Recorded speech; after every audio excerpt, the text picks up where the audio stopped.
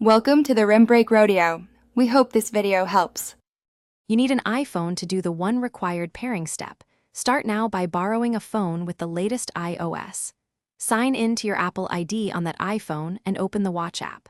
Follow the on-screen pairing flow and install any Watch OS updates. This creates the paired relationship and enables features. While pairing, choose to set up cellular and enter carrier details so the Ultra can work independently later.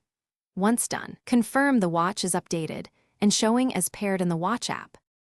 Once paired, configure the Ultra to run without that iPhone nearby by enabling cellular, Wi-Fi, and necessary permissions.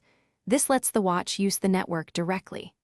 Make sure iCloud services you need, health, contacts, and messages are allowed on the watch so data syncs to Apple's cloud. Install apps that support standalone operation and set up Apple Pay and emergency contacts. This step is why you pair. It registers services and provisions an eSIM. To finish, simply stop using the paired iPhone. Do not unpair or erase the watch.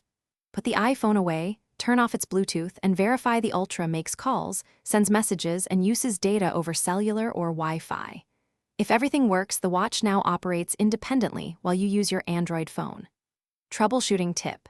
If cellular does not connect, reset the watch's network settings, confirm the carrier activated the eSIM, and if needed, rerun activation on the iPhone. Full repairing requires an iPhone.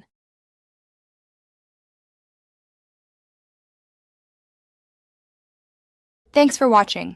Consider subscribing if we helped you.